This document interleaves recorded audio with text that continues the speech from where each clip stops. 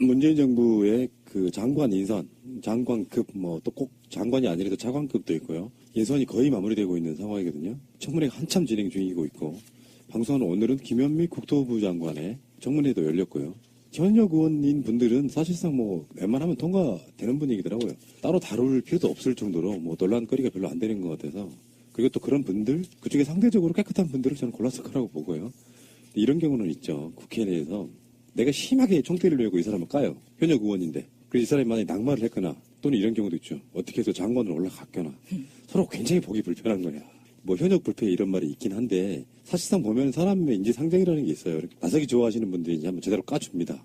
그럼 관계는 엄청 불편해지고 그 주무장관과 상임위원이잖아요. 주무장관으로부터 이제 사실상 그런 약간 몫이 있단 말이에요. 근데 그 사람은 장관과 굉장히 불편해질 수 있는 여러 가지 조건들 때문에 현역들이 잘 많이 까는 편은 아닌 것 같고요. 그런 면에서 강경화 후보가 지금 생각해도 엄청나게 까인 게 맞아요. 그런 측면이 있다.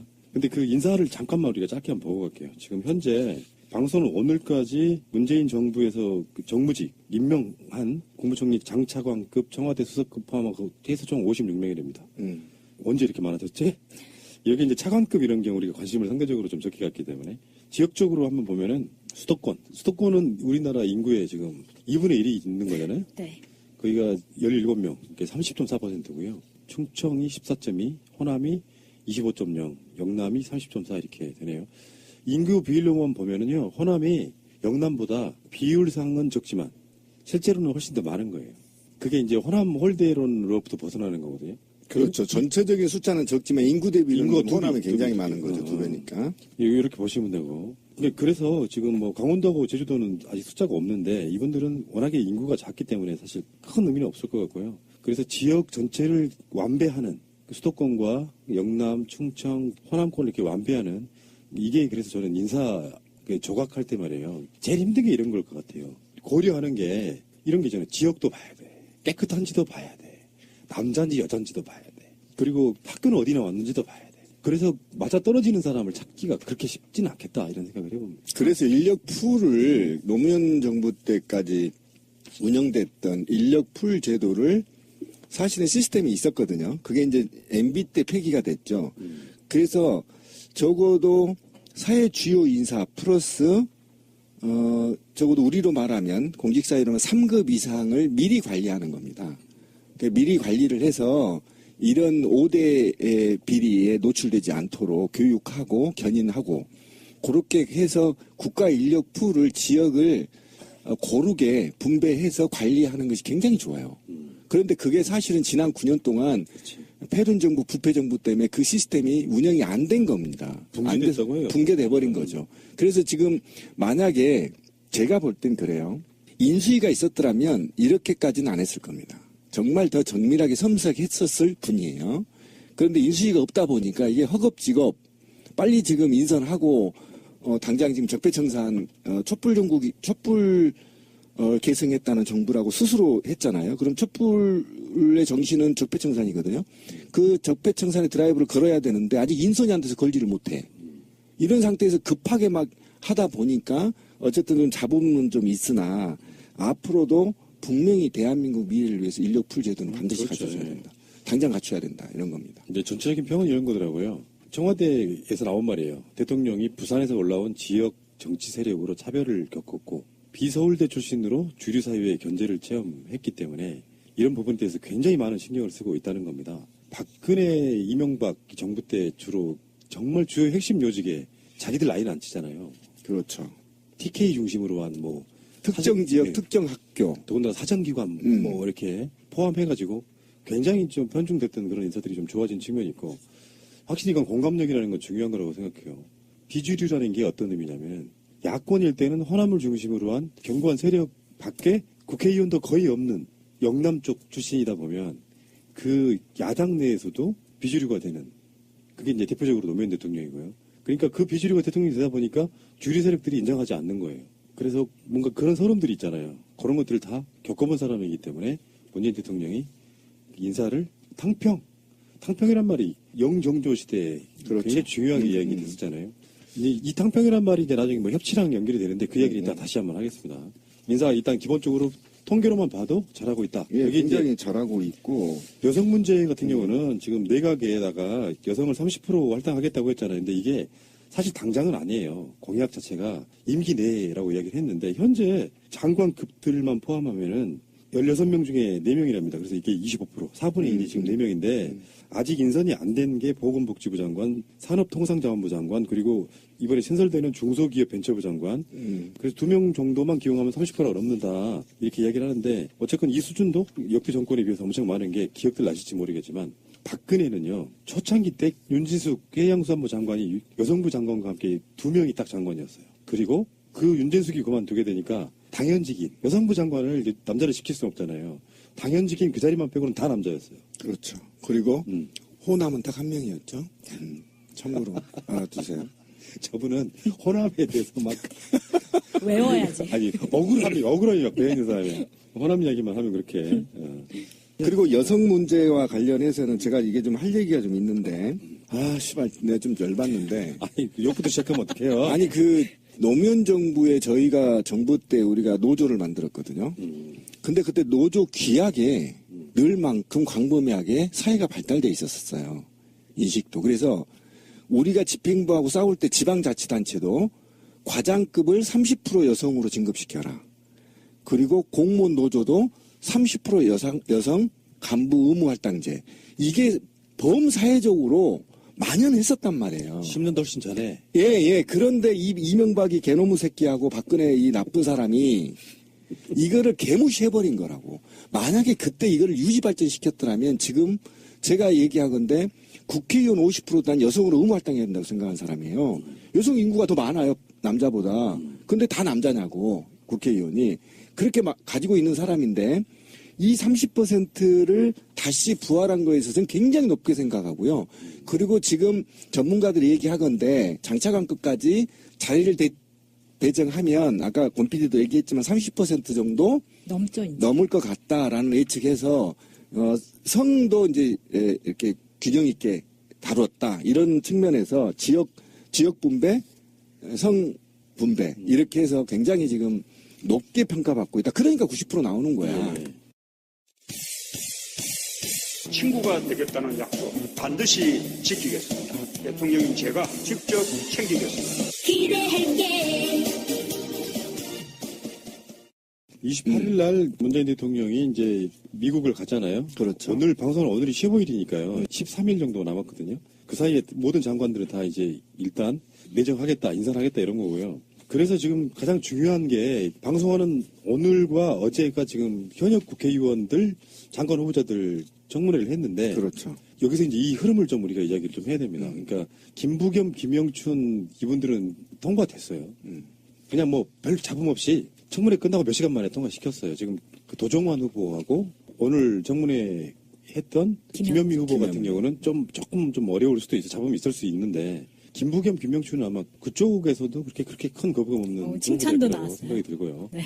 그런데 문재인 대통령이 요구이라고 하면 요구고 의문이라면 의문인데 지금 김상조 후보자로 임명을 했잖아요. 그렇죠. 근데 28일 날 문재인 대통령은 외교부 장관을 데리고 미국을 가야 됩니다. 처음으로 다른 나라를 방문하는 이제 그 일정이에요. 첫 네. 외국 순방이죠. 근데 지금 야3당, 그러니까 원내 야3당은 강경화는 전체 반대. 그리고 자유한국당은 김상조, 강경화, 김희수 다 반대. 요거거든요. 자유한국당 거의 다 반대잖아요. 새끼들고. 얘들이 이제 그걸로 끝이었어. 이게 많이 참은 거 같더라. 누가 그런 표현 하시더라고. 걔가 똥을 참지. 실제로 시골에 가보면요. 똥개들이 어린 아이들 똥이나 이렇게 잘 먹어요. 왜 제주도에 똥돼지 있는 것처럼 영양분 많대요. 그래서 똥개라고 한 거죠. 네, 그렇지. 식사하시는 분들 죄송하고요. 원래 그런 성향 갖고 있는 애들이에요. 이 사람들 쪽에서는 뭐 협치 안 할 거냐? 자기들 협치를 내세웠어요. 피켓 들고 지금 청문회 하면은 자기들 노트북 앞에다가 다 이렇게 팻말 붙이고 있잖아요. 야당 무시. 그거 정말 싸가지 없더라. 그게 지금 그런 시기가 아니거든. 그러니까 싸움을 야당이 여당만 하다 보니까 싸울 줄 모르는 거야. 그러니까 국민한테 지탄받는 거고 야당이 싸울 줄 모르는 거야. 여당만 지난 9년 동안 해보고 부패하다 보니까 어떤 것이 국민의 뜻인지를 읽지를 못하는 거야. 무조건 반대. 그리고 그게 지금 쟁점이 될 수 있는 사항이 아니거든요. 그런데 편말을 붙이고 집단행동을 했잖아요. 국회에서. 그 모습을 보고 저는 화가 얼마나 났냐면 정말 그 박근혜보다도 더 나쁜 새끼다. 저 새끼들. 지금 이가 얼마나 된 줄 아세요? 저 지금 문재인 정부가 들어선 지가 인제 한 달 지났어요. 그러면 다른 의원들은 다 내보내더라도 아니 인준을 해주더라도 장관 후보들 인준을 해주더라도 몇몇 타겟을 잡아서 이렇게 전술적으로 접근을 해야 되는 거잖아. 근데 얘네들은 무조건 반대. 그리고 뭐 무슨 쟁점도 없었는데 피켓 붙이고 시위해. 대통령이 왔는데 건방진 새끼들 쳐다보지도 않아. 또 대통령이 초대했는데 안 가. 박근혜 같은 또라이가 초대를 해도 갔어. 갔다니까? 그러니까 이게 뿌리로 한번 가봐야 돼요. 왜 뿌리로 가봐야 되냐면은 협치란 말이요. 지금 자유한국당한테 협치는 뭐냐면은 얘들 그냥 범죄자들이야. 기본적으로. 그렇죠. 기본적으로 범죄. 그런데 여소야대 전국이고 하다 보니 우리가 서로 도와가면서 하자라고 이쪽에서 야, 사실상 좀 덕담에 가까워. 너희들도 같이 할게? 라고 덕담에 가까운데 설사 거기에 자기들을 끼워주지 않는다. 지들이 말하는 협치. 그러니까 자기들의 의견을 들어주지 않는다. 김상조를 임명하는 것은 협치가 아니라고 생각하는 건데요. 지금 자유한국당은 협치를 요구할 자격이 없습니다. 정치적 대상으로서 타협의 대상으로서 인정받기를 원하면은 찍설만 그냥 있어야 돼요. 한마디로 말하면 살인자들이 상가집에 와가지고 밥 달라고 하는 거예요. 자기가 죽인 상가집에 와가지고 밥 달라고 하는 거는. 맞아요.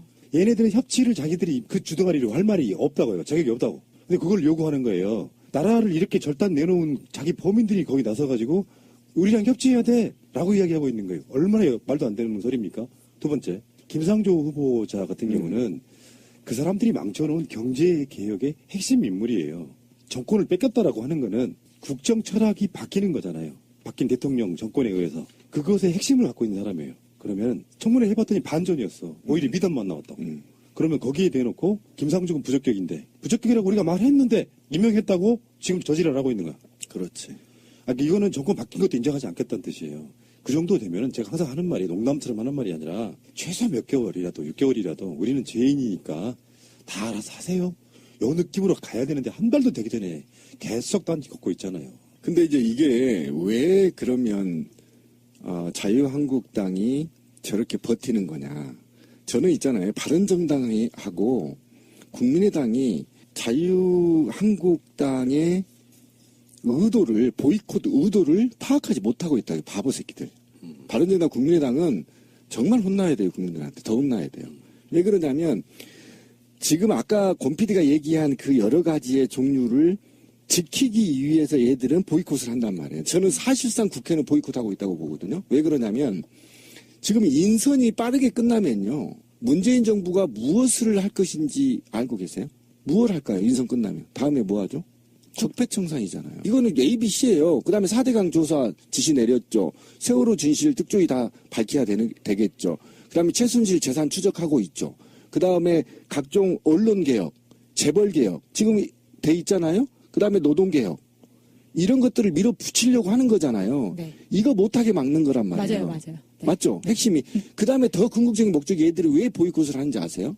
이게 박근혜 형량 지금 조정하고 있는 거 이 새끼들이. 그러니까 뭐냐면 이게 협상을 해본 사람들이 이게 알아요. 얘네들이 계속 딴지를 거는 거야 지금부터.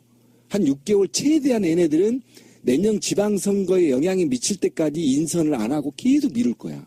무조건 싫다고 할 거라고. 무조건 아니다. 이 이유가 바로 제가 나열한 것들을 못하게 막으려는 목적인 것이고 왜 그러냐면 내년에 지방선거 들어가면요. 무슨 소린지 몇 개월 전에는 이 개혁 못합니다. 그러면 최대한 지금 자유한국당은 뒤로 딜레이를 시켜서 문재인 정부의 발목을 잡고 나서 협상 테이블을 만들려고 하는 거야. 암묵적 협상 테이블. 일리 있어. 그래서 얘네들이 지금 4대강 조사는 어느 수준까지, 최순실의 재산은 어디까지, 언론개혁은 어디까지, 재벌개혁은 어디까지, 세월호 진술은 어디까지 밝힐 것이냐, 박근혜 형량은 얼마를 매길 것이냐, 랑을 퉁쳐서 지금 협상을 하려고 이 새끼들이 국민을 완전히 개무시하고 지금 보이콧을 하고 있다, 사실상. 이렇게 봐지는 겁니다. 이제 뭐 박근혜 형량 문제는 이제 사법부의 문제니까 문재인 정부는 그렇게 할 수도 없고. 극단적인 정치적 네. 행위로 간다면 가능하다. 예. 그런데 지금 28일 날 강경화 후보자가 대통령하고 지금 동반을 해야 돼요. 근데 뭐 협치 무시 뭐 불법 뭐 이런 식의 표현이 나오고 있어서 이제 우리가 이야기를 한번 해보면은 국회에서요 이렇게 생각하시면 돼요. 우리가 지금 뭔가 굉장히 착각을 했는데 박근혜 이명박을 거치면서 또 말도 안 되는 것들을 데려다가 장관시켜달라고 하니까 착각을 했는데 일단 인사청문회라고 하는 것은 만들어진 이유가 국민의 알 권리를 위해서입니다. 기본이 그렇다고요. 그래서 TV 중계도 해요. 국민들이 알아야 되니까 어떤 사람인지. 그래서 국민의 의견이 가장 중요하다고 했습니다. 그래서 만들어진 게 인사청문회예요. 근데 인사청문회를 해가지고 이게 필수적인 게 아니에요. 일단 필수적인 건 뭐냐면은 인사청문회 관련해가지고 국무총리, 헌법재판소장, 대법원장, 감사원장 이렇게만 국회 인사청문회를 거치고 국회 본회의에서 표결을 해야 됩니다. 나머지는 청문 보고서라는 게 뭐냐면 이 사람을 청문회 했더니 장관으로 적합하더라 안 하더라 이것만 판단해 주면 돼요. 그거를 이 사람들 어떻게 써먹고 있냐면 청문 보고서를 내서 반대를 하건 청문 보고서를 안 만들건 간에 장관들에 대해서 우리가 부적격이라고 하면 부적격인 거야 이렇게 딴지를 걸고 있는 거거든요. 근데 법은 어떻게 돼 있느냐? 대통령이 임명하면 끝이에요. 네, 국회 동의가 필요가 네. 없죠. 참고만 하는 거예요. 그러니까 강경화 후보를 또는 김상조 공정거래위원장을 임명한다고 하는 것이 불법 행위가 아닌데 지금 마치 얘네들은 불법인 것처럼 몰고 가고 있단 말이에요. 네. 그러니까 인사청문회 과정에서 생중계와 언론 등을 통해서 의혹이 제기되고 그 의혹을 해명하는 과정을 국민은 지켜보고 있는 거죠. 그런데 국민은 이 지켜보는 과정에서 저놈 안 되겠다 진짜 이렇게 되면 임명권자 대통령이 이 여론을 면밀히 보고 있다가 저 사람 안 되겠구나 도저히 안 되겠구나 이렇게 됐을 때 임명 철회를 하는 거거든요.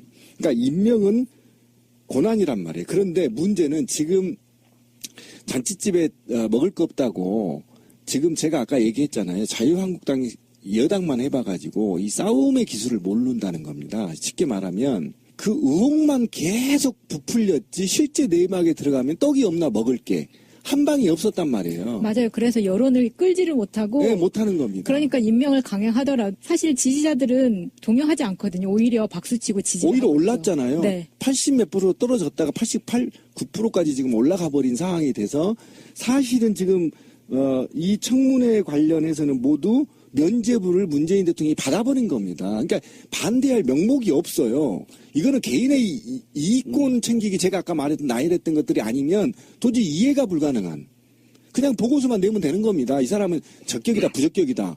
그런데 아예 안 해줘요. 안 해줘. 보고서도 안 해주고 아예 청문회장도 안 와버려. 그리고 난 더 기분 나쁜 게 뭐냐면 지들이 싸놓은 똥 문재인 대통령이 치고 있는 거 아닙니까? 솔직히 맞아요. 말하면. 네. 그러면 똥 같이 한번 치자라고 했으면 초대했으면 와서 인사도 하고 적당하게 인사청문회도 그러면 협상할 수 있어요. 우도 명분이 있으니까 이 사람 한 명만 떨어뜨려 주시오. 뭐 정치란 게 그런 거 아니야? 근데 그런 것도 안 해. 무조건 반대. 얘들이 닭대가리야 그래요. 이건 조사버려야 됩니다. 닭대가리야 그래. 기억력 정말 꽝인 3초 이상 기억 못하는 촛불이 그렇게 무서워서 벌벌벌 떨었던 이 시절이 벌써 몇 개월 지났다고 까먹은 거예요. 다시 모여서 정당 해산을 외쳐야겠네요. 그래서 청년들이 움직임이 있죠. 청년들이 지금 국회 앞에서 지금 촛불을 기획하고 있다고 들었어요. 거기 또 같이 기성세대들도 같이 해야 됩니다. 왜냐면 추경 예산 때문에 지금 그러는 건데요. 난 이 추경 때 할 얘기 많은데 어쨌든 이 젊은이들의 촛불 시위를 우리 국민들이 기성세대들이 지켜보고 참여하고 관심을 가져야 됩니다. 그렇지 않고는 이 개벌을 못 고칩니다, 이거. 뭐 임명을 강행하는 게 마치 문재인 대통령이 엄청난 죄를 지은 것처럼. 죄를 지은 것처럼 하고 있는데 사실 인사청문회는 하고 있는 나라가 3나라밖에 없어요. 네, 맞아요. 한국, 미국, 필리핀입니다. 근데 우리나라가 이제 청문회를 도입을 한 거는 미국에서 이제 벤치마킹 해가지고 가지고 들어온 건데요. 사실은 미국 같은 경우에도 인사청문회를 하면 전원이 국회의 동의를 받게 돼 있고 낙마 비율은 2% 미만이니까 맞아요. 거의 통과가 된다고 보시면 되는데 우리나라랑 약간 다른 거는 사전 검증이 6개월 정도 하거든요. 그러니까 청문회에 나갈 수 있는 자격을 가지려면 6개월의 사전 검증 절차가 완료가 돼야 되기 때문에 낙마 비율은 적은 거는 확실히 해요. 근데 그 미국과 이제 비교를 잘 하셨는데, 저는 진짜 여야를 떠나서요. 정말 우리 애청자분들 뿐만 아니라 공무원들한테 그 얘기를 꼭 하고 싶어요. 본인이 고위직이 하고 싶으면 제발 불법하지 마십시오. 이게 왜 그러냐면, 에리트라는 말은요, 미국에서 에리트라는 말은 법과 사회적 의무를 다 하는 사람들을 에리트라고 얘기를 해요. 우리나라는 지만 잘 살기 위해서 열심히 일한 새끼, 돈 많이 번 새끼, 성공한 새끼를 에리트라고 하지만 미국에서는 그를 에리트라고 보지 않아요. 보편적 상식에 준하는 준법적 행동, 그 다음에 사회 책임 이런 것들을 전부 이수할 때 그럴 때만 에리트라고 불러준 건 말이에요. 그러니까 청문회에 올라가도 사상특 검증 이외에 몇 개 불법적인 건 빼고는 다 통과될 수밖에 없어요. 근데 우리나라는 기득권들이 여야를 떠나서 저도 이제 반성을 하는 거 아닙니까? 우리 권 PD도 반성을 하고 유당 지적했잖아. 그러니까 이런 준법 정신의 내가 그런 적 있나? 팀이성 이런 것을 좀 제발 내가 어렸을 때부터 공무원이 되겠다고 한다면 또는 정치를 하겠다 그러면 하지 말자는 겁니다. 그게 바로 아까 제가 말했던 인력풀 제도가 가동돼야 된다. 어렸을 때부터 교육을 그렇게 맞습니다. 하세요. 예. 내로남불은 이런 거잖아요. 걔네들은 이보다 훨씬 더 심한 사람들을 청문회에 내놓고 그래서 정말 부적격으로 보이는 사람들 뭐 이런 거 있잖아요. 병역 기피, 다운계약서, 세금 탈루, 아파트 취득세 탈루, 속도 위반, 과태료, 건강보험료 회피, 복지장학금 부당 수령 논란, 부동산 투기, 연구 영역 정관 내용 뭐 이런 말할 수 없는 것들이 걸려 있어도 야당이 반대를 해. 그 여론조사 같은 걸 하면 막 이건 부적격하다고 또 여론조사가 나와요. 지금 현재는 그런 경우가 아니거든요. 저 정도면 괜찮아. 맞아요. 자유한국당 정도에 비하면 정말 아주 거의 선비에 가까우신 분이네. 이런 느낌이란 말이에요. 그리고 대통령도 본인의 지지율을 알고 있기 때문에 그걸 믿고 가시는 거 아니겠습니까? 근데 지지율만의 문제가 아니라 약간 말한 제가 내로남불이라고 하는 이유가 그건데요. 자기들이 청문회를 요구해서 만들어진 거예요. 정권이 바뀌고 나서. 그렇죠. 그래서 김대중 노무현을 거치면서 청문회라는 거를 자기들이 먼저 했던 측면이 있단 말이에요. 그러다가 정권이 바뀌어서 그래 니들 얼마나 잘하나 보자 했더니 정말 쓰레기 더미를 그냥 던져놓은 거잖아요. 그리고 정권이 바뀌었어요. 그렇게 되면 바라보는 관점에 있어갖고 이런 게 돼야 되잖아요. 국민 여론을 어떻게 알아요? 투표해야 되나? 여론조사밖에 몰라요. 여론조사에서 김상조건, 강경화건, 김희수건 괜찮다라고 지금 나오고 있는 거잖아요. 그랬더니 새누리당 쪽에서 여론조사가 다가 아니야. 이렇게 이야기하고 있는 거야. 그런데 새누리당이 아니죠. 자유한국당이 언제 바뀔까 우리 나 미치겠어 그것 때문에. 아니 새누리당을 불러야 돼. 그냥 다시 되돌아가면 돼. 다시 되돌아가면 돼. 이게 이번 청문회는요. 예전에 야당 청문회, 그러니까 지금 여당이 야당일 때 청문회는 굉장히 수준이 높았었어요. 청문회가. 그러니까 팩트 중심으로 접근을 해서 열어 떨어뜨렸잖아요. 한번 잘 되새겨 보세요. 그러니까 네 편 내 편을 떠나서. 근데 지금 야당들은요. 공부를 안 해, 개새끼들이. 그러니까 어떤 게 팩트고 어떤 게 의혹인 거를 구분시켜야 된다니까. 근데 의혹과 팩트를 구분을 못해 지금 야당이. 그리고 의혹만 막 던져서 의혹만 던져서 마치 저 사람이 이게 사실인 것처럼 사실인 것처럼 조선일보가 부안해동해서 글 써주고 글절시켜서 사실인 것처럼 하지만 국민이 속지 않는다니까. 진짜 국민을 아직도 국민을 개돼지로 보고 있나 봐. 자유한국당은 이거 큰일 납니다. 이러다가 자기들 국회의원직 상실할 수도 있어요. 국민들이 직접 내년 6월 달에 직접 민주주의 하자 이렇게 하면 어떻게 할 거야. 쟤들 쓸모없다 그래서. 굉장히 심각한 문제거든요. 그래서 내가 바보 새끼라고 얘기하는 겁니다. 그러면 의혹 100개보다요. 팩트 하나가 강하거든요. 그러면 후보를 낙마시키려면 공부를 열심히 해서 옛날 야당들 얼마나 치열하게 공부했나요? 기억나시죠? 그러면 의혹을 다 빼고 팩트 한두 개로 싸웠어야 된단 말이에요. 그런데 아까 말하신 대로 우리 마단님 말하신 대로 전부 그냥 의혹만 던져. 그러고 국민들이 찾아봤더니 별거 아니야. 그럼 어떻게 얘기하라는 거야 그럼. 그러고 나서 무조건 보이콧. 그러면 국민들이 예전 같으면 저 문재인 나쁜 새끼네 이렇게 할 거란 말이지. 근데 그 시대를 넘어버렸잖아. 근데 오히려 지지율이 높아가 버려. 난 그 이야기를 황당한 거야. 그렇게 보고 싶은 거예요.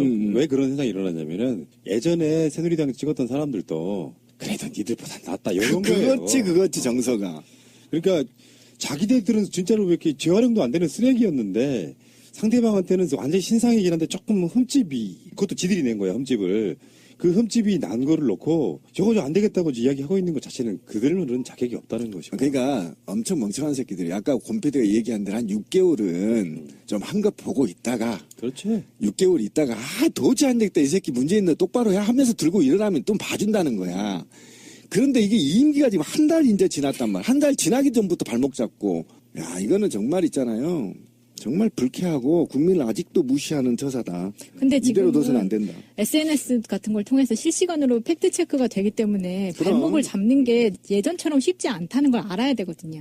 그러니까 애들이 공부를 안 해요. 솔직히 저는 그게 가장 지금 자유한국당의 큰 문제다.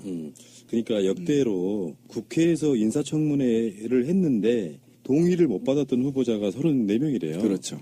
그 중에 31명이 임명됐어요. 떨어진 사람 3명밖에 없어. 이 대부분은 다 이명박근혜 정권 때 있었던 일입니다. 노무현 정부 때도 있었던 일이긴 한데 굉장히 소수의 작은 거죠. 보고서 채택 없이 임명 강행했던 네. 경우요.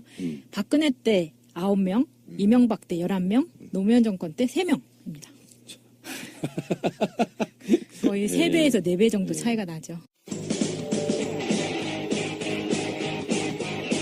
제도로서의 민주주의가 흔들리고 구타는 일은 이제 없습니다. 민주주의가 밥이고 밥이 민주주의가 되어야 합니다.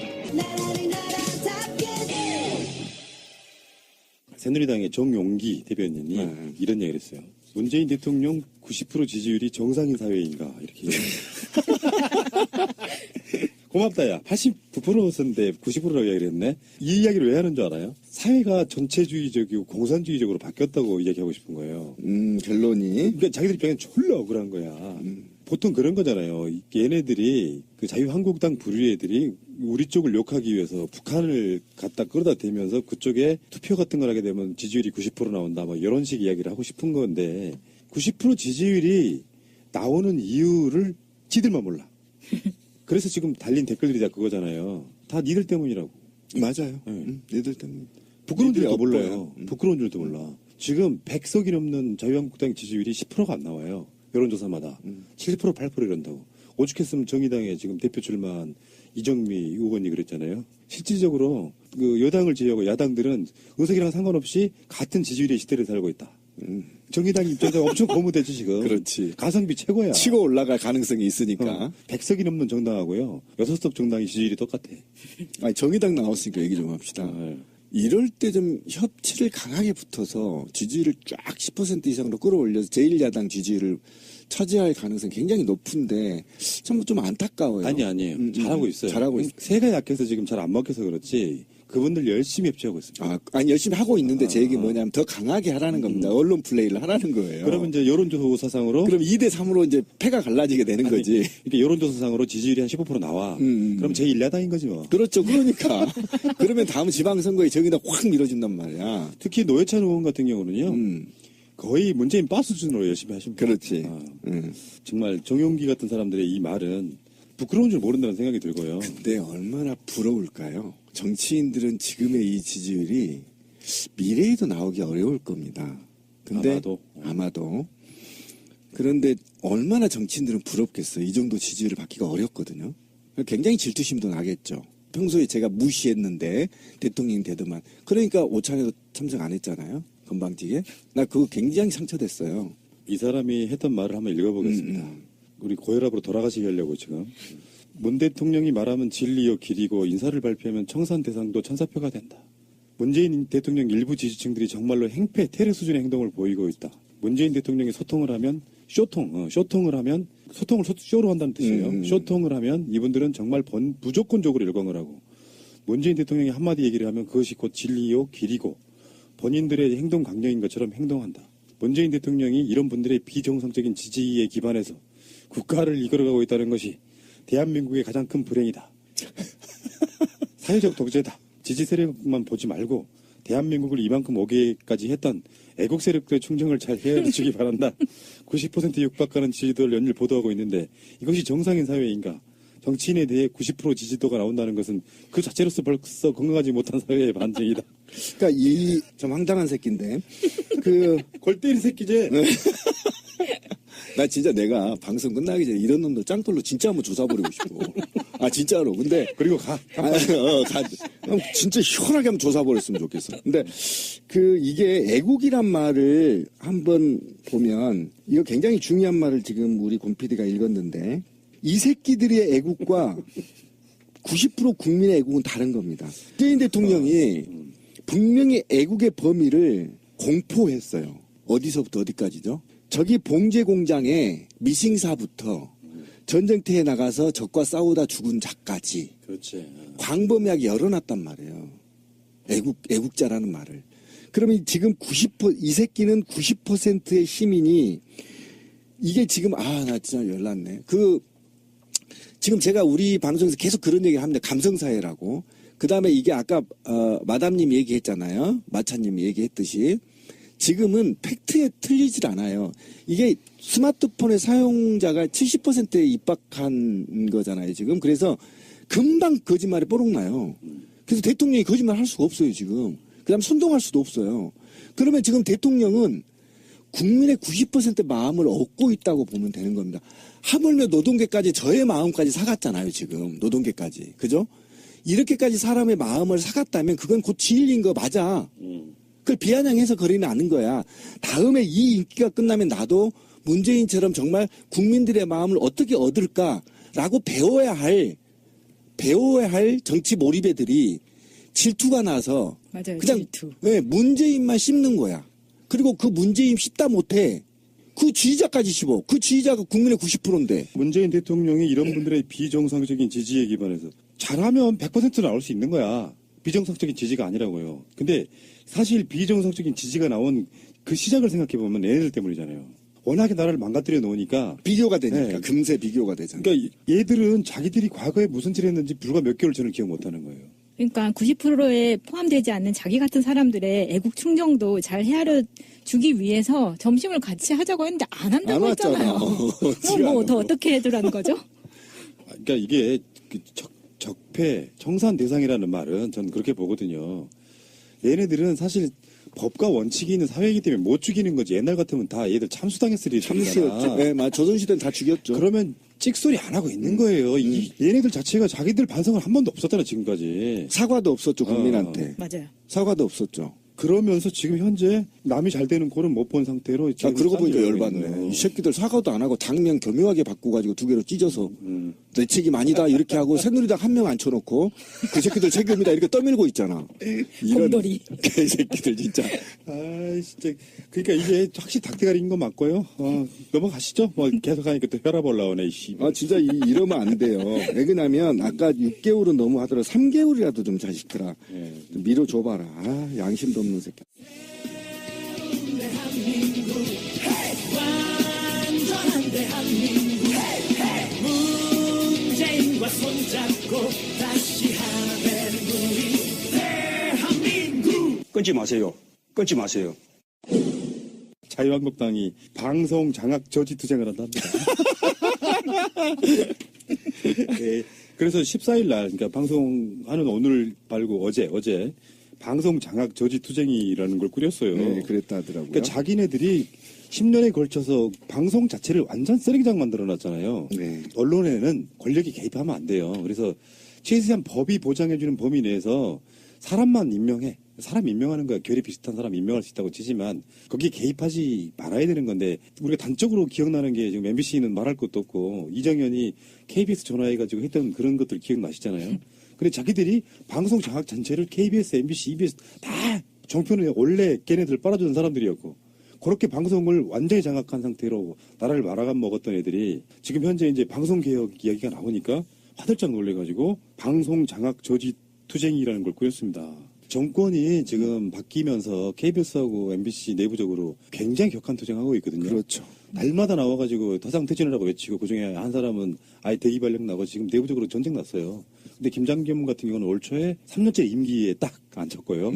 박문진 통해가지고 앉았고 KBS 같은 경우도 지금 두 회사 사장들 다 물러나야 된다 이렇게 이야기를 하고 있는 거고요. 당연히 물러나지. 그런 기본입니다. 그런데 지금 그것 때문에 안 되겠다. 자기들을 지킬 수 있는 유일한 무기가 저는 장악되어 있는 그 장악돼서 임명된 그 수뇌부 이 사람들이 물러나면 진짜로 공영방송 될까봐 방저투 방송 장악 저지 투쟁이라는 걸 꾸몄는데 제가 볼 때 얘네들은 KBS고 뭐 SBS 관심 없어요. MBC, 네, 박문진 지키려고 하는 겁니다, 지금. 그것밖에 더 있어요, 얘네들이 무슨 뭐 방송이 철학이 있고 얘네들이 무슨 국정 운영 철학이 있습니까? 오로지 사익만을 위해서 정치하는 놈들인데. 그러니까 KBS에서 지금 보면은 전 직원 대상 설문조사했는데요. 참여자가 3,292명인데 그중에 규모가 엄청나네요. 88%가 거대형 사장 사퇴해야 된다고 직원들이 얘기하고 있고요. 88%면 문재인 대통령 지지율보다 더 낮습니다만 비슷하죠, 결이. 근데 예전에요, 저희 공무원 노조가 무식한 국과장들 책상 뺀 적이 있거든요. 이거 사장 자리 책상 빼버려야 돼요, 노조에서. 예, 못 앉지. 그러니까, 아니, 실제로 빼야 예. 됩니다. 이게 그러냐면 우리가 지금 잘못 알고 있는데요. 저 깡패 회사는요, 아니 깡패가 아니에요. 회사 사장 게 아니에요. 공용입니다, 공용. 그러니까 이게 공영방송이기 때문에 사실은 정부가 임명한 공무원인데 당연히 그렇죠. 이게 KBS건 MBC건요 진짜 중요한 핵심이 뭐냐면 언론 장악 방지법이라는 거를 지금 국회의원들이 만들어 놓고 있는 상태예요. 그 법안이 발의되어 있는 상태인데 우리 쪽 편들어줘 이쪽 편들어줘가 아니고 니들은 언론 역할만 해라. 권력은 개입하지 않게끔 해주겠다. 요거거든요. KBS만 해도 지금 88%면요. 전 KBS의 모든 그 조직원들이 고대영이 엄청 싫어하고 있는 거예요. 아, 내가 사장이면 정말 출근하기 싫을 것 같은데. 나 같으면 그 여론조사 봤으면은 정말로 이 청계천에 가서 콧바람 찌고 죽는다. KBS, MBC, SBS 우리 기자 그리고 노동조합 또는 노동자들한테 제가 되새김을 한번 해드리고 싶어요. 작년 촛불 때 쫓겨나셨죠? 그죠? 공영방송 쫓겨났습니다. JTBC밖에 못했습니다. 맞아요. 그걸 기억하세요. 당신들 언론고시 합격해가지고 의시되고 KBS, MBC, SBS 배지 달고 다니는 거 이제 당당하게 해야 됩니다. 그러려면 사회적 역할을 해야 돼요. 바로 썩은 부패한 낙하산 인사들을 축출해내야 돼요. 자체적으로. 그리고 자체적으로 개혁 의지가 있어야 되거든요. 그래야만 아까 우리 권 PD가 얘기한 누구도 개입을 못하게 만들어놔야 돼. 스스로가. 근데 지금 이 방송장악 저지 투쟁위원회 여기에 지금 참여하고 있는 소속 의원들이 되게 웃겨요. 조선일보 출신의 강효상 의원, 심재철 국회 부의장, 그리고 박대출. 아직도 제철이는 국회의원인가? 그리고 심지어 강효상이 그 조선일보 강효상이 위원장이에요. 그렇지. 그리고 마지막 민경욱까지. 뻑 갔다 내가 민경욱 때문에. 그때 그 미래창조가 2차관 김용수 방통위원회 상임위원을 갖다 놨잖아요. 그 알바끼는 걸 뺐잖아. 문재인 대통령이 몫이었다고요, 그 자리가. 그 황교안 임명해버린 거야. 그걸 차관으로 갖다 놨더니 그것도 이따 문제 삼았고요. 다음에 민주당의 홍익표 정책위 수석 부의장이 MBC 사장, 박문진 이사장 사퇴해라 이렇게 어떤 발언을 한 것이고요.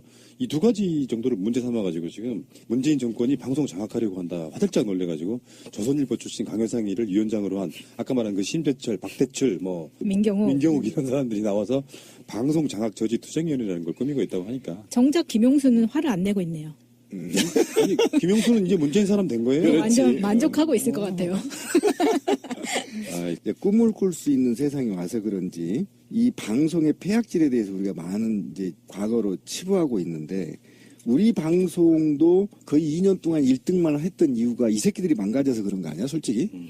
난 그렇다고 생각해요. 우리 권 PD 생각은 다를 수 있으나 전문가니까. 근데 이 공영방송이 제대로 했으면요, 우리가 2년간 1등 못했어요. 그 세월호 전국에서. 한국이 가장 빠른 속도로 팟캐스트가 성장을 했죠. 그렇죠. 바로 덕분에. 이 새끼들이 그렇단 말이에요. 그래서 저는 좀 더 강도 높은 개혁이 필요할 것 같아요. 지금 이 정도는 안 됩니다. 제가 볼 땐 이게 국민들은 지금 90% 힘을 몰아준 이유는요. 최대한 재벌개혁, 언론개혁, 비정규직 문제 해결하라는 거거든요. 근데 진짜 코미디가 있습니다. 방송 장악 저지 투쟁위원회라는 거 꾸렸다 그랬잖아요. 이제 얘들은 정권이 권력이 방송을 장악하는 걸 반대하는 거잖아요. 언론 장악 방지법은 반대하고 있습니다. 우리 한번 그 현장 투쟁하면 지지로 한번 가봅시다. 그러니까요. 정말 개쓰레기 같은 새끼. 쓰레기들 얼굴도 한번 더 보고 투쟁 의지도 좀 고취시키면서. 그러면 다른 의원들은 다 내보내더라도 아니 인준을 해주더라도 장관 후보들 인준을 해주더라도 몇몇 타겟을 잡아서 이렇게 전술적으로 접근을 해야 되는 거잖아. 근데 얘네들은 무조건 반대. 그리고 뭐 무슨 쟁점도 없었는데 피켓 붙이고 시위해. 대통령이 왔는데 건방진 새끼들 쳐다보지도 않아. 또 대통령이 초대했는데 안 가. 박근혜 같은 또라이가 초대를 해도 갔어. 갔다니까? 그러니까 이게 뿌리로 한번 가봐야 돼요. 왜 뿌리로 가봐야 되냐면은 협치란 말이요. 지금 자유한국당한테 협치는 뭐냐면은 얘들 그냥 범죄자들이야. 기본적으로. 그렇죠. 기본적으로 범죄. 그런데 여소야대 전국이고 하다 보니 우리가 서로 도와가면서 하자라고 이쪽에서 사실상 좀 덕담에 가까워. 너희들도 같이 할게? 하고 덕담에 가까운데 설사 거기에 자기들을 끼워주지 않는다. 지들이 말하는 협치. 그러니까 자기들의 의견을 들어주지 않는다. 김상조를 임명하는 것은 협치가 아니라고 생각하는 건데요. 지금 자유한국당은 협치를 요구할 자격이 없습니다. 정치적 대상으로서 타협의 대상으로서 인정받기를 원하면은 찍설만 그냥 있어야 돼요. 한마디로 말하면 살인자들이 상갓집에 와가지고 밥 달라고 하는 거예요. 자기가 죽인 상갓집에 와가지고 밥 달라고 하는 거라. 맞아요. 얘네들은 협치를 자기들이 그 주둥아리로 할 말이 없다고요. 자격이 없다고. 근데 그걸 요구하는 거예요. 나라를 이렇게 절단 내놓은 자기 범인들이 거기 나서가지고 우리랑 협치해야 돼 라고 이야기하고 있는 거예요. 얼마나 말도 안 되는 소리입니까? 두 번째, 김상조 후보자 같은 경우는 그 사람들이 망쳐놓은 경제개혁의 핵심 인물이에요. 정권을 뺏겼다라고 하는 거는 국정 철학이 바뀌는 거잖아요. 바뀐 대통령 정권에 의해서. 그것의 핵심을 갖고 있는 사람이에요. 그러면 청문회 해봤더니 반전이었어. 오히려 미담만 나왔다고. 그러면 거기에 대놓고 김상중은 부적격인데 부적격이라고 우리가 말했는데 임명했다고 지금 저지랄 하고 있는 거야. 그렇지. 이거는 정권 바뀐 것도 인정하지 않겠다는 뜻이에요. 그 정도 되면은 제가 항상 하는 말이 농담처럼 하는 말이 아니라 최소 몇 개월이라도 6개월이라도 우리는 죄인이니까 다 알아서 하세요. 요 느낌으로 가야 되는데 한 달도 되기 전에 계속 단지 걷고 있잖아요. 근데 이제 이게 왜 그러면 자유한국당이 저렇게 버티는 거냐. 저는 있잖아요. 바른정당하고 국민의당이 자유한국당의 의도를, 보이콧 의도를 파악하지 못하고 있다. 바보 새끼들. 바른정당, 국민의당은 정말 혼나야 돼요. 국민들한테. 더 혼나야 돼요. 왜 그러냐면 지금 아까 권 PD가 얘기한 그 여러 가지의 종류를 MB 때 폐기가 됐죠.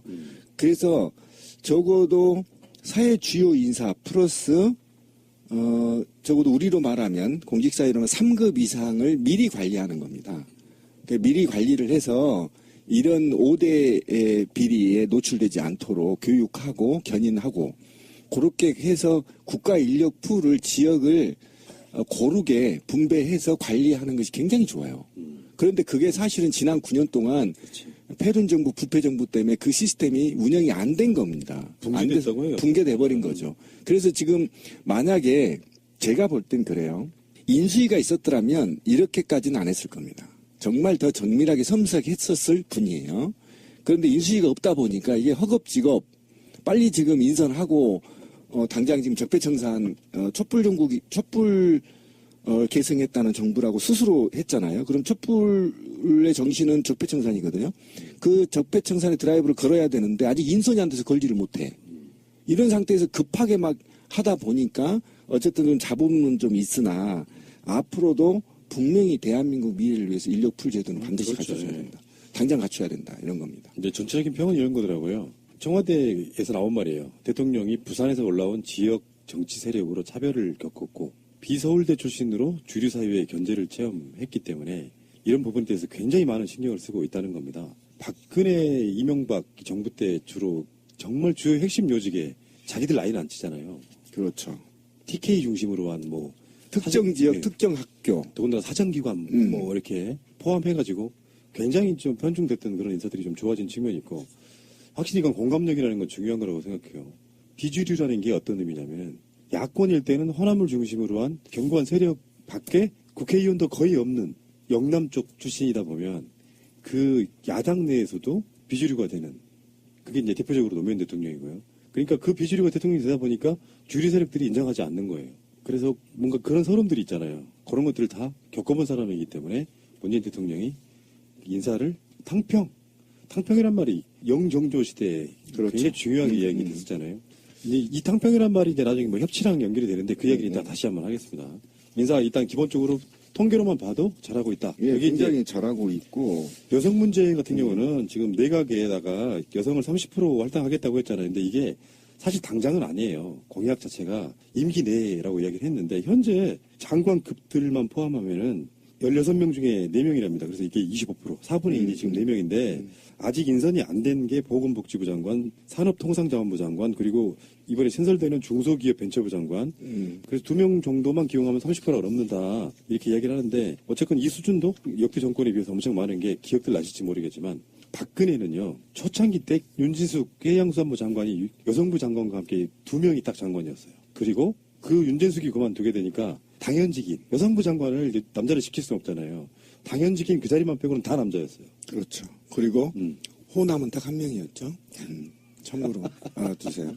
저분은 호남에 대해서 막 외워야지. 아니 억울함이 막 배어있는 사람이에요. 호남 이야기만 하면 그렇게 그리고 여성 문제와 관련해서는 제가 이게 좀 할 얘기가 좀 있는데 씨발 내가 좀 열받는데 아니 욕부터 시작하면 어떡해요? 아니 그 노무현 정부에 저희가 정부 때 우리가 노조를 만들었거든요. 근데 그때 노조 규약에 늘만큼 광범위하게 사회가 발달돼 있었어요. 인식도. 그래서 우리가 집행부하고 싸울 때 지방자치단체도 과장급을 30% 여성으로 진급시켜라. 그리고 공무원 노조도 30% 여성 간부 의무할당제. 이게 범사회적으로 만연했었단 말이에요. 10년도 훨씬 전에. 예. 그런데 이명박이 개노무 새끼하고 박근혜 이 나쁜 사람이 이거를 개무시해버린 거라고. 만약에 그때 이거를 유지 발전시켰더라면 지금 제가 얘기하건데 국회의원 50%도 난 여성으로 의무할당해야 된다고 생각하는 사람이에요. 여성 인구가 더 많아요. 남자보다. 근데 다 남자냐고. 국회의원이. 그렇게 가지고 있는 사람인데 이 30%를 다시 부활한 거에 있어서는 굉장히 높게 생각하고요. 그리고 지금 전문가들이 얘기하건데 장차관급까지 자리를 배정하면 아까 권 PD도 얘기했지만 30% 정도 넘죠, 이제. 넘을 것 같다라는 예측해서 성도 이제 이렇게 균형 있게 다뤘다 이런 측면에서 지역 분배, 성 분배 이렇게 해서 굉장히 지금 높게 평가받고 있다. 그러니까 90% 나오는 거야. 네. 친구가 되겠다는 약속 반드시 지키겠습니다. 대통령님 제가 직접 챙기겠습니다. 기대할게.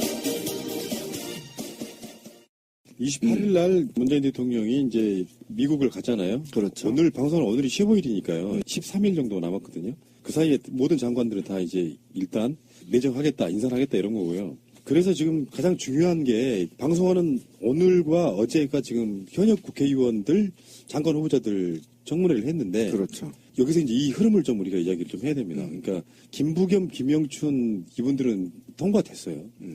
그냥 뭐 별 잡음 없이 청문회 끝나고 몇 시간 만에 통과시켰어요. 지금 그 도정환 후보하고 오늘 청문회 했던 김현미 후보 같은 경우는 조금 좀 어려울 수도 있어. 잡음이 있을 수 있는데 김부겸, 김영춘은 아마 그쪽에서도 그렇게 큰 거부감 없는 칭찬도 후보들이라고 나왔어요. 생각이 들고요. 네. 그런데 문재인 대통령이 요구이라고 하면 요구고 응원이라면 응원인데 지금 김상조 후보자를 임명을 했잖아요. 그렇죠. 근데 28일 날 문재인 대통령은 외교부 장관을 데리고 미국을 가야 됩니다. 처음으로 다른 나라를 방문하는 이제 그 일정이에요. 첫 네. 외국 순방이죠. 근데 지금 야3당, 그러니까 원내 야3당은 강경화는 전체 반대. 그리고 자유한국당은 김상조, 강경화, 김희수 다 반대. 요거거든요. 자유한국당 거의 다 반대잖아요. 새끼들. 얘들이 이제 그걸로 끝이었어. 이게 많이 참은 거 같더라. 누가 그런 표현 하시더라고. 걔가 똥을 참지. 실제로 시골에 가보면요. 똥개들이 어린 아이들 똥이나 이렇게 잘 먹어요. 왜 제주도 똥돼지 있는 것처럼 영양분 많대요. 그래서 똥개라고 한 거죠. 네, 그렇지. 식사하시는 분들 죄송하고요. 원래 그런 성향 갖고 있는 애들이에요. 이 사람들 쪽에서는 뭐 협치 안 할 거냐. 자기들 협치를 내세웠어요. 막 피켓 들고 지금 청문회 하면은 자기들 노트북 앞에다가 다 이렇게 팻말 붙이고 있잖아요. 야당 무시. 그거 정말 싸가지 없더라. 그게 지금 그런 시기가 아니거든. 그러니까 싸움을 야당이 여당만 하다 보니까 싸울 줄 모르는 거야. 그러니까 국민한테 지탄받는 거고 야당이 싸울 줄 모르는 거야. 여당만 지난 9년 동안 해보고 부패하다 보니까 어떤 것이 국민의 뜻인지를 읽지를 못하는 거야. 무조건 반대. 그리고 그게 지금 쟁점이 될 수 있는 사항이 아니거든요. 그런데 편말을 붙이고 집단행동을 했잖아요. 국회에서. 그 모습을 보고 저는 화가 얼마나 났냐면 정말 그 박근혜보다도 더 나쁜 새끼다. 저 새끼들. 지금 이가 얼마나 된 줄 아세요? 지금 문재인 정부가 들어선 지가? 이제 한 달 지났어요. 문재인 정부의 그 장관 인선, 장관급 또 꼭 장관이 아니라도 차관급도 있고요. 인선이 거의 마무리되고 있는 상황이거든요. 청문회가 한참 진행 중이고 있고 방송하는 오늘은 김현미 국토부 장관의 청문회도 열렸고요. 현역 의원인 분들은 사실상 웬만하면 통과되는 분위기더라고요. 따로 다룰 필요도 없을 정도로 논란거리가 별로 안 되는 것 같아서 그리고 또 그런 분들 그중에 상대적으로 깨끗한 분들을 저는 골랐을 거라고 보고요. 이런 경우는 있죠. 국회 내에서 내가 심하게 총대를 내고 이 사람을 까요. 현역 의원인데. 그래서 이 사람이 만약에 낙마를 했거나 또는 이런 경우도 있죠. 어떻게 해서 장관으로 올라갔거나 서로 굉장히 보기 불편한 거야. 현역 불패 이런 말이 있긴 한데 사실상 보면 사람의 인지상정이라는 게 있어요. 나서기 좋아하시는 분들이 이제 한번 제대로 까줍니다. 그럼 관계는 엄청 불편해지고 그 주무장관과 상임위원이잖아요. 주무장관으로부터 이제 사실상 그런 약간 몫이 있단 말이에요. 근데 그 사람은 장관과 굉장히 불편해질 수 있는 여러 가지 조건들 때문에 이 현역들이 잘 많이 까는 편은 아닌 것 같고요. 그런 면에서 강경화 후보가 지금 생각해도 엄청나게 까인 게 맞아요. 그런 측면이 있다. 근데 그 인사를 잠깐만 우리가 짧게 한번 보고 갈게요. 지금 현재 방송은 오늘까지 문재인 정부에서 그 정무직 임명한 국무총리 장차관급 청와대 수석급 포함하고 해서 총 56명이 됩니다. 언제 이렇게 많아졌지? 여기 이제 차관급 이런 경우 우리가 관심을 상대적으로 좀 적게 갖기 때문에 지역적으로 한번 보면은 수도권은 우리나라 인구의 지금 2분의 1이 있는 거잖아요. 네. 거기가 17명, 그러니까 30.4%고요. 충청이 14.2, 호남이 25.0, 영남이 30.4 이렇게 되네요. 인구 비율로만 보면은요, 호남이 영남보다 비율상은 적지만 실제로는 훨씬 더 많은 거예요.